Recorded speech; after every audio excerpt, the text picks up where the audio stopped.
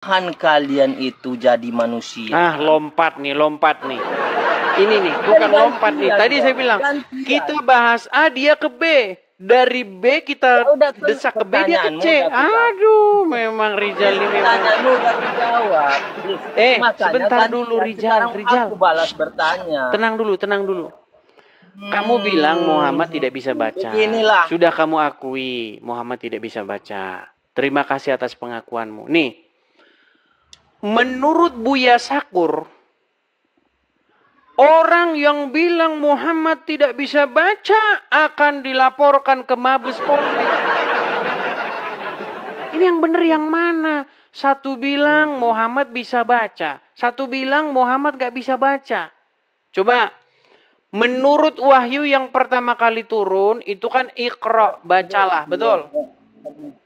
Ya. Teman-temanku, Shalom.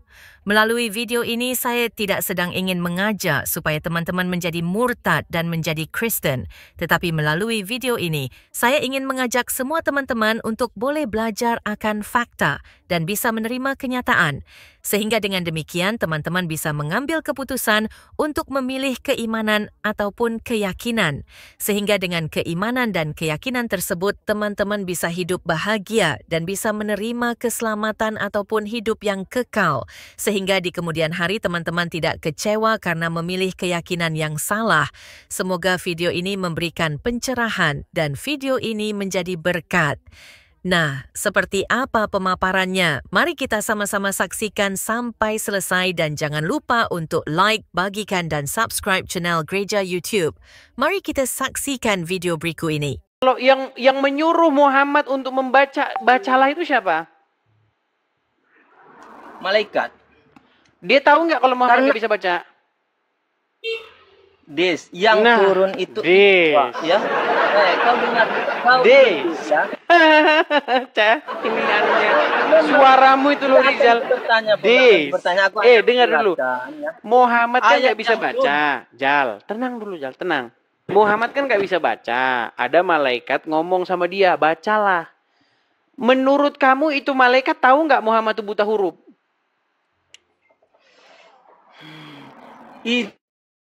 Itu artinya baca, bukan sekedar membaca. Dia tahu nggak Muhammad buta huruf? Malaikat menyuruh, kau jangan ngarang-ngarang bebas. Nggak ada di sana malaikat menyuruh bahwa yang Iqra itu apa arti Iqra? Itu baca, ya benar baca, tapi bukan membaca buku, ya. Membaca buku, kau itu makanya kau nggak akan paham. Menurut kitab sirah, menurut kitab sirah, di situ bisa gantian nggak? Waduh, inilah kau bilang. Terus apa yang dibaca? Terus apa yang dibaca? Iqra. Iya, Iqra baca. Itu Oke, ketika orang suruh baca, berarti ada tulisan nggak di situ? Nggak ada tulisan, maka di sana nggak ada tulisan. Di sana ayat. Memang mereka ini disuruh baca tapi nggak ada tulisannya. Sudah saya bilang, makin kalian pelajari agama Islam, makin pusinglah Anda di situ. Bagaimana dia disuruh membaca tetapi tidak ada tulisannya? Itu makanya kau tidak akan paham kalau dijelaskan. Kamu tidak akan paham. Jurus pamungkas Wirosa belum. Kamu tidak akan memahaminya.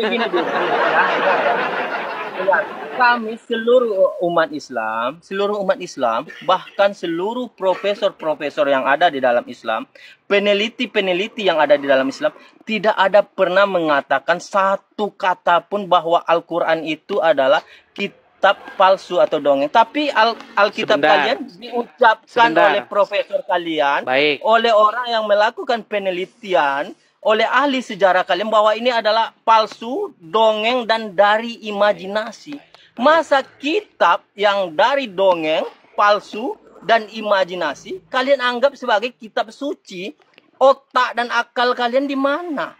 Yang membedakan manusia dengan hewan adalah otaknya, ada pada otaknya. Ketika otak nggak dipakai, apalagi menentukan kitab suci atau kitab palsu, ya, maka derajat mereka sama dengan hewan ternak. Jadi, kumohon kepadamu, kembalilah jadi manusia. Jangan kau lama-lama menjadi hewan itu, begitu ya. Sudah? Oke. Baik. Lah, udah silakan. Baik. Kita pokoknya akan pukul dia dengan argumen dia sendiri. Baik. Jadi ketika tadi ada orang yang mengatakan bahwa Bible itu berisi dongeng-dongeng, hayalan-hayalan, lalu Anda meyakini itu sebagai kebenaran, betul? Iya, kalian mengaku bahwa ini berasal dari... Aduh. Tidak benar. Ini Saya adalah dengar, dongeng aduh, kamu dan kan tadi sudah imajinasi. bicara. Boleh Iya, gantian? itu makanya kau kan bertanya. Ini Boleh berasal dari dongeng bergantian? dan imajinasi. Boleh bergantian? Silakan. Boleh, baik. Menurut kamu, bahwa orang yang berkata bahwa Bible berisi dongeng-dongeng itu adalah kebenaran, sehingga kamu gunakan itu untuk menyerang kami. Baik, baik. Kalau memang Bible itu berisi dongeng-dongeng, dampaknya, akibatnya, Quran ikut dongeng-dongeng juga. Saya kasih contoh. Di dalam Bible disebutkan ketika Musa membawa bangsa Israel keluar dari tanah Mesir, mereka menghadapi sebuah jalan buntu di mana laut teberau ada di depan mereka. Sementara pasukan Firaun dan bala tentaranya sudah mengejar dari belakang. Lalu dengan kuasa daripada Tuhan, di situ disebutkan bahwa laut teberau itu terbelah. Dan menurut Anda tadi, itu adalah hanya dongeng-dongeng, betul? Betul atau enggak? Dis, kau paham sebentar nggak? Kau dulu. mengerti nggak ucapan? Dengar dulu. Menurut, dengar. Dengar dulu, Rijal. Jangan kau framing, masalahnya kau framing. Ya? Kok panik? Tadi kan Anda bilang itu dongeng, betul? Ngapain? Bukan aku. Nah, sekarang bukan aku. Tadi bilang katanya dongeng. Tadi kan kamu mengutip bahwa orang, dengar dulu Rijal. Kamu kan bilang, orang bilang bahwa itu dongeng dan kamu iyakan. Karena apa? Karena kamu itu gunakan itu untuk menyerang saya. Nah, baiklah. Saya iyakan dulu sementara. Berarti Musa membelah laut itu dongeng. Pertanyaan saya, di Quran ada nggak kayak begitu? Musa membelah lautan. Bukan orang bilang, tetapi sebentar. Di Quran ada nggak Musa membelah lautan? Ada. Ya, berarti kamu lagi nyerang Quranmu. Bukan nyerang Quran. Ini gimana makanya saya bilang. Aku bilang. Memang orang Islam ini teman-teman. Ini adalah tongkat dongeng yang dipakai untuk senjata yang kau pakai untuk memukul saya pukul kena kepalamu sendiri. Ini adalah kitab palsu. Ini dengar ya. Ini adalah kitab palsu, dongeng dan imajinasi. Ya, itu bukan kata saya. Oke, itu jelas sekarang gini aja Rijal. Sekarang gini itu aja. Itu adalah profesor dari kalangan kalian sendiri. Iya, dan kamu mengiyakan itu betul? Dia melakukan penelitian tentang Alkitab, kemudian dikatakannya bahwa hasil kesimpulan dari penelitiannya dan kamu percaya? Kamu percaya bahwa kitab ini adalah palsu, dongeng dan imajinasi. Oke, kamu percaya dengan itu? Kitab ini adalah palsu. Percaya kamu yang melakukan penelitian itu adalah profesor. Kok kamu ulang-ulang sih? Saya sudah paham pertanyaan saya. Kamu percaya dengan dia? Percaya, ya. Percaya? Karena tidak ada satu kebenaran pun yang ada di dalam ini. Tidak ada satu kebenaran pun. Oke, baiklah. Kamu percaya dengan dia? Apakah menurutmu di dalam ini ada kebenaran nggak? Rijal, tadi kan kamu sudah ngomong jangan boros-boros bicaranya. Ntar dulu, Dis. Menurutmu di dalam ini ada kebenaran? Dengar. Dulu. Menurutmu di dalam ini macam bibir plus nih orang nih, bibir plus. Biarlah bibir plus ya, biar siaran mereka. Bibirmu jangan ikutan jadi bibir plus dulu. Oke, dengar. Gini, kamu kan sudah mengutip bahwa seorang profesor bla bla bla mengatakan tidak ada kebenaran di dalam Bible ini, semua isi dongeng-dongeng. Kamu percaya dengan itu? Percayalah karena memang nggak ketemukan. Baik, ada karena satu kamu percaya. Karena kamu percaya, baik, saya kasih contoh. Di dalam Bible disebutkan Musa membelah laut. Di dalam Quran disebutkan Musa membelah laut. Kesimpulannya adalah, jika kamu percaya dengan dia, kesimpulannya adalah, maka kamu harus menyimpulkan bahwa Musa membelah laut itu hanyalah dongeng, betul? Bukan seperti Nah, itu. mulai dah. Mulai. Angel.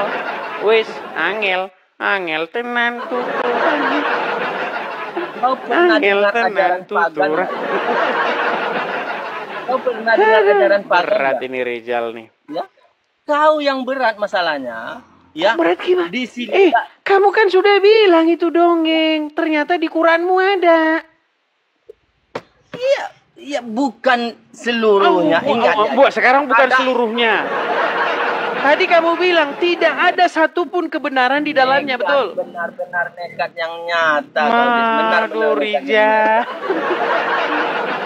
Wes, angel. Yang jelas, Angel. kan di sini. Oke lah. Jal, Ini kan nanti aku makin saya katakan terusin bahwa ngobrol sama ini kamu, Jal. Dengar, Jal. adalah dongeng Makin saya dan terusin ngomong sama imajinasi. kamu, Harusnya. makin Harusnya. pusing nanti saya.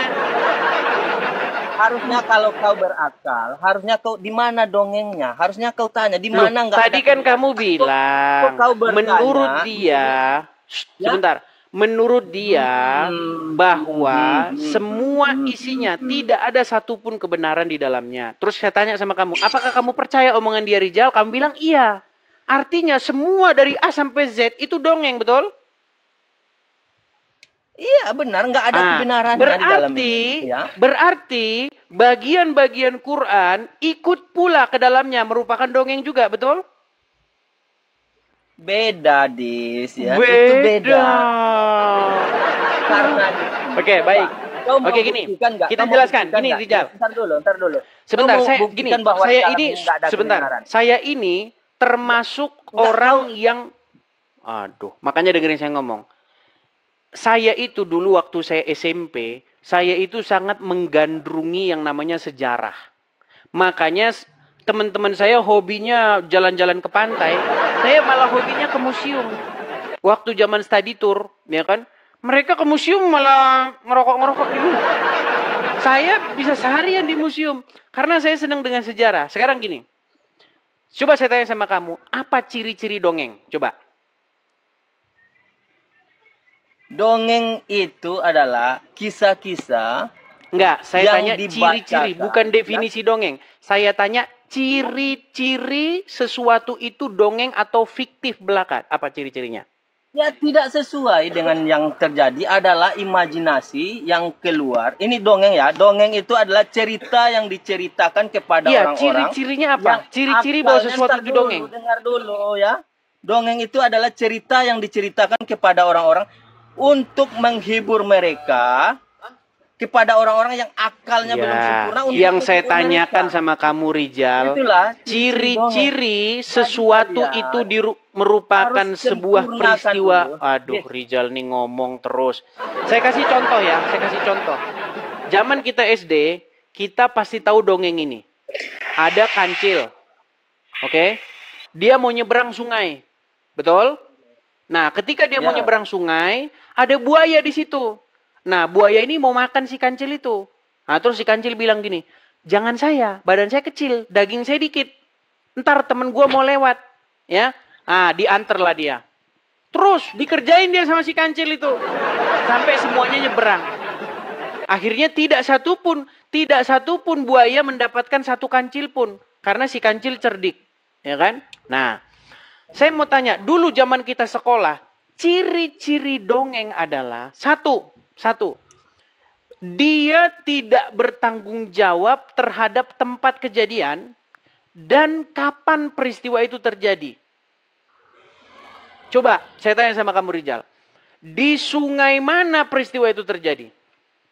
Bingung dah kamu di sungai mana terjadi.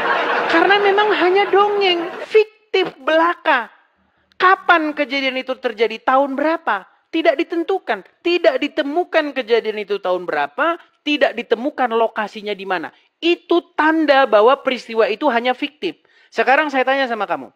Menurut Qur'anmu, ya, Musa membelah laut itu di mana?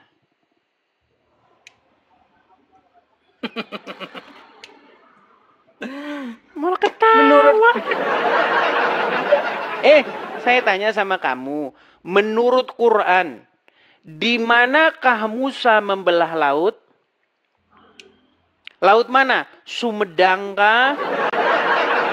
Kemudian laut apa? Laut ini Bakauni atau mana coba sebutin. Saya kasih contoh di Minang sebentar. Di Padang ada cerita yang sangat fenomenal yaitu Malin Kundang. Ya kan? Nah, kenapa cerita itu fiktif? Pertama, dia menyebutkan tempatnya. Batu Malin Kundang. Kapan? Tahun berapa itu kejadian? Nggak ada yang bisa jawab. Itu bukti bahwa itu cuma dongeng. Karena nggak ditemukan tahun berapa. Siapa masa pemerintahannya? Raja siapa pada waktu itu yang ada di situ? Siapa yang berkuasa? Kepala daerahnya siapa? Tidak ditemukan. Itu menjadi bukti bahwa itu hanya dongeng belaka. Nah sekarang saya tanya sama kamu. Menurut Al-Quran, di manakah Musa membelah laut? Jawab. Silakan. Jawab. Kau jangan lari-lari dulu. Baik aku jawab juga, tapi jangan lari-lari kau ya. Jangan lari-lari. Kita sedang membahas bahwa ini adalah kitab palsu. Rijal. Berasal Dengerin. dari cerita dongeng. Ya ini adalah kitab palsu berasal dari cerita Ketika saya membaca Bible, dengar. Dengar dulu. Kau tadi bicara, aku diam. Ya silakan. Silakan. Maka ketika aku bicara, kau dengar dulu ya. Ini adalah ini adalah kitab palsu berasal dari cerita dongeng dan imajinasi ya. Kau harus membuktikan bahwa ini bukan berasal dari dongeng, bukan berasal dari imajinasi. Itu yang penting harusnya poinmu di sana. Karena saya heran begini loh, Rijal. Bukankah Quranmu itu mengutip-ngutip apa yang ada dalam Bible? Nggak pernah. Quran mengutip Bible nggak pernah. Ini begitu. Bible lah yang baik. Sekarang gini. Dari dalam Al-Quran. Di dalam Quran ada nggak Musa membawa Bani Israel, ya kan? Kemudian mereka dikejar-kejar oleh Firaun, ada nggak? Iya benar, di dalam Al-Quran. Menurut kamu itu fakta atau dongeng? Fakta, itulah yang diambil oleh di mana kejadiannya kalau itu fakta? Inilah yang diambil oleh Bible. Kemudian udah nyolong Bible. Sebentar. Coba kita akademis dikit. Gak usah bahas dogma. Kejadiannya di mana itu? Musa membawa Bani Israel, kemudian dikejar-kejar oleh Firaun. Kejadiannya di mana? Aku jawab pakai data aja ya. Aku jawab pakai data karena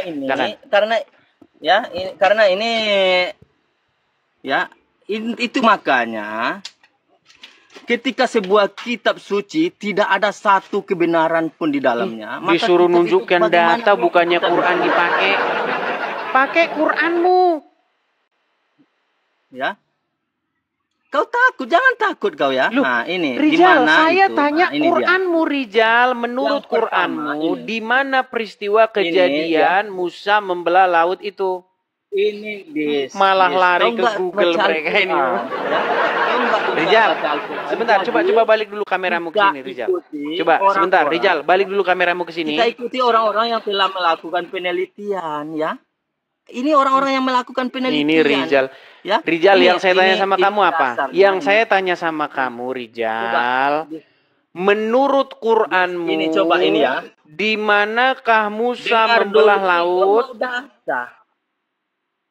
Tadi kau katanya mau data, ini sudah kutunjuk data. Apakah itu Quran? Kau ketakutan. Sebentar. Apakah itu Quran? Tapi katanya kau mau data. Apakah ini datanya? Kamu udah nggak percaya lagi dengan Quran? Kau nggak bisa baca. Ya? Sebentar, kamu nggak percaya lagi dengan Quran? Percaya. Ini coba kau baca ini. Ya udah, saya minta data dari Quranmu. Saya minta data dari Quranmu. Kau baca ini dulu. Kau baca ini dulu ya. Adakah orang yang menemukan kebenaran di Al-Quran lalu masuk Islam? Ya. Makanya dia ini nggak jawab. Yang ditanya apa, yang dibahas apa. Ternyata ini. Maka ini menjawabmu ya. Ini menjawabmu di mana Al-Quran itu tidak pernah bertentangan dengan ilmu pengetahuan. Salah satunya siapa? Maurice Bucaille. Kau ini membahas tadi tentang Fir'aun ya. Ini Maurice Bucaille ini adalah si orang ahli ya. Ini Fir'aun ini ya. Nah, ini, maka Al-Quran menjawab semuanya sesuai dengan, ya ini, Profesor Dr. Maurice Bucaille adalah ahli bedah kenamaan Prancis dan pernah mengepalai klinik, ya, bedah di Universitas Paris. Ia dilahirkan pada bentar lagi kena tendang nih kalau kayak gini Rizal nih. Rizal, ini intar poinnya sudah ini, coba balik dulu kameramu, balik dulu. Kau kenapa takut kau di? Enggak takut saya enggak. Ya? Takut apanya? Kenapa takut ya? Jan, gini, sebentar. Ntar dulu. Yang saya tanya sama kamu apa sih, Jan? Sedikit lagi ya. Enggak, sebentar. Kamu jangan buang-buang waktu, sebentar. Yang saya tanya sama kamu tadi apa? Yang kau tanya, Musa itu membelah laut di mana? Menurut itu apa? Itu yang kau tanya. Iya. Iya, menurut kejadiannya sebenarnya, ya. Bahwa kenapa Musa kamu itu, tidak buka Quranmu? Makanya penelitian, kau kan nggak tahu Quran. Makanya penelitian itu kan mewakili akal sekarang dan gini, pikiran. Ya? Biar saya nggak jadi hantu penasaran. Coba di Quran mana Quran menyebutkan peristiwa itu terjadi? Peristiwa apa? Tadi kan kamu bilang di dalam Bible peristiwa Musa membelah laut itu hanya dongeng, betul? Bukan itu yang sekarang bilang. Bukan dongeng. Aduh, memang. Berapa saklarmu di situ, Rizal? Saklarmu berapa di situ? Setelah melakukan sebentar bukan. Orang profesor. Rizal, dengar dulu, dengar, tenang. Menurut, kamu ngomong terus. Dengerin dulu. Nih, saya bacakan sama kamu. Sayangnya teman-teman saya nggak bisa balik kamera saya ya, teman-teman ya. Jadi teman-teman, saya bacakan. Ini di dalam Bible ya. Di dalam Bible saya bacakan. Di dalam Keluaran pasal yang ke-14, bagaimana ketika Musa membawa orang Israel keluar dari Mesir. Ya. Perhatikan.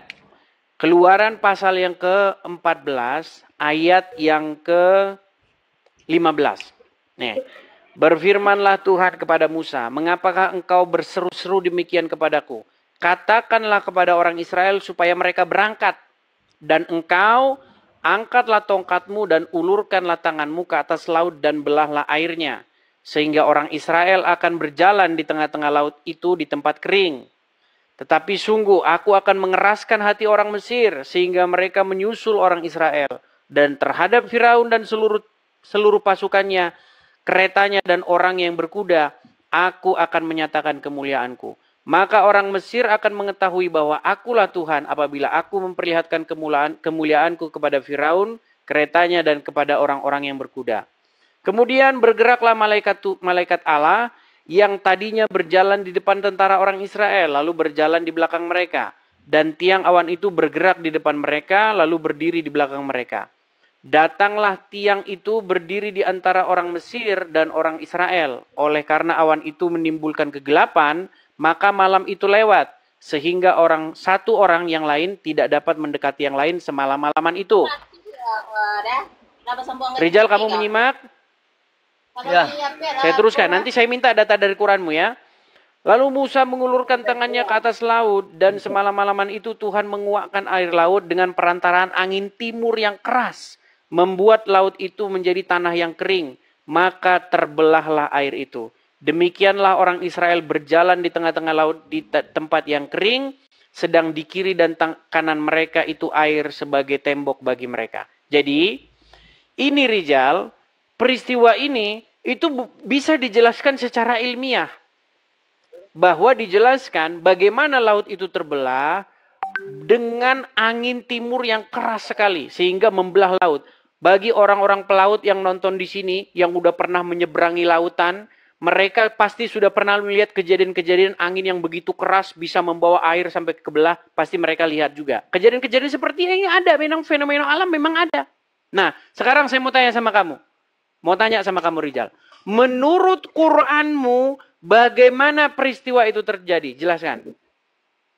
Nah, dan di mana? Tadi saya tanya, ini kejadiannya di Laut Tiberias ya kalau di Bible. Coba di mana? Coba silakan. Menurut Quranmu. Pantas saja di dalam pantas saja Profesor Emon Jacob, ya. Pantas saja Profesor disuruh Emon Jacob nunjukin datanya di Quran.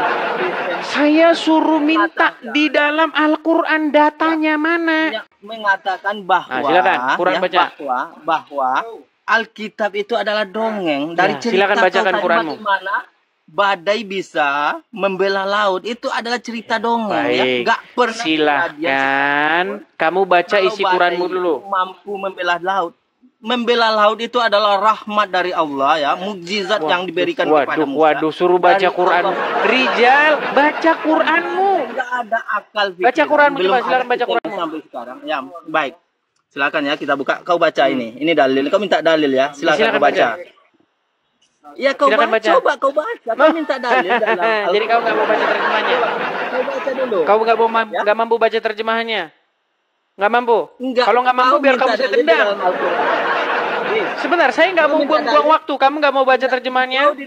Kau minta dalil di dalam Al-Quran atau terjemahannya? Waduh. Coba kau baca. Rijal, itu ada Latinnya itu loh. Wala itu ada bacaannya. Nggak perlu ya. Saya minta baca artinya. Dulu. Benar kan? Baca artinya, silakan. Inilah ya. Silakan kita baca ya. Sungguh telah kami wahyukan kepada Musa. Baca. Pergilah bersama hamba-hambaku Bani Israel, ya. Pada malam hari, dan pukullah laut itu untuk menjadi jalan yang kering bagimu, ya, bagi mereka tanpa rasa takut akan tersusul dan tanpa rasa khawatir, ya, akan tenggelam. Udah. Mana di situ? Mana? Berarti mereka berjalan di atas air. Mana di situ? Berarti mereka berjalan di atas air. Coba baca pelan-pelan. Baca pelan-pelan. Baca pelan-pelan lagi. Sekali lagi baca. Baca pelan-pelan. Memang mereka ini udah nyolong, salah lagi ngan. Coba silakan. Ini ya. Wah, lari ke tafsir nih. Sungguh. Jangan panik begitu, Rijal. Gerak-gerak tangan. Kembali lagi dia ke Arabnya. Karena dia dapatin. Terjemahannya kok kayak orang tolol. Coba baca. Baca terjemahannya, coba. Itu Musa mukul-mukul air. Main-mainan air. Kami coba. kepada Musa. Pergilah bersama hamba-hambaku. Terus. Hamba-hambaku Bani Israel pada malam hari, ya. Pada malam hari. Dan pukullah laut itu untuk menjadi jalan, ya, untuk menjadi jalan, ya. Gimana maksudnya pukullah laut itu menjadi jalan yang kering? Maksudnya gimana? Gimana? Ya itu bingung dari jalan. Bingung. Pukullah laut itu. Mana di situ? Pukullah laut itu supaya menjadi jalan yang kering, betul? Iya, bagi gimana mereka maksudnya? Tanpa rasa takut. Iya, dipukul, makanya ya. Penting sekali. Itu makanya ketika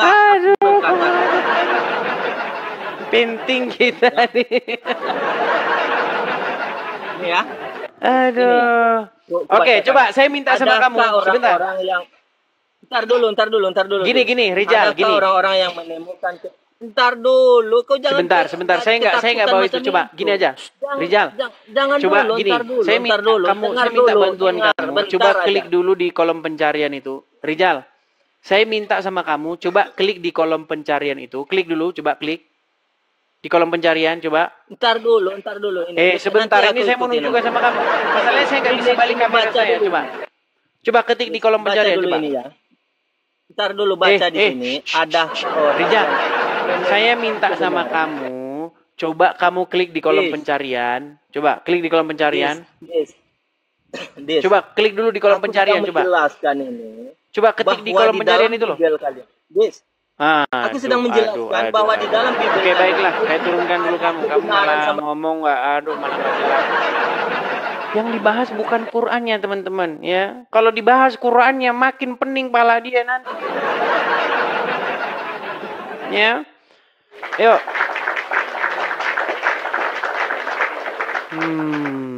Jadi teman-teman, sebenarnya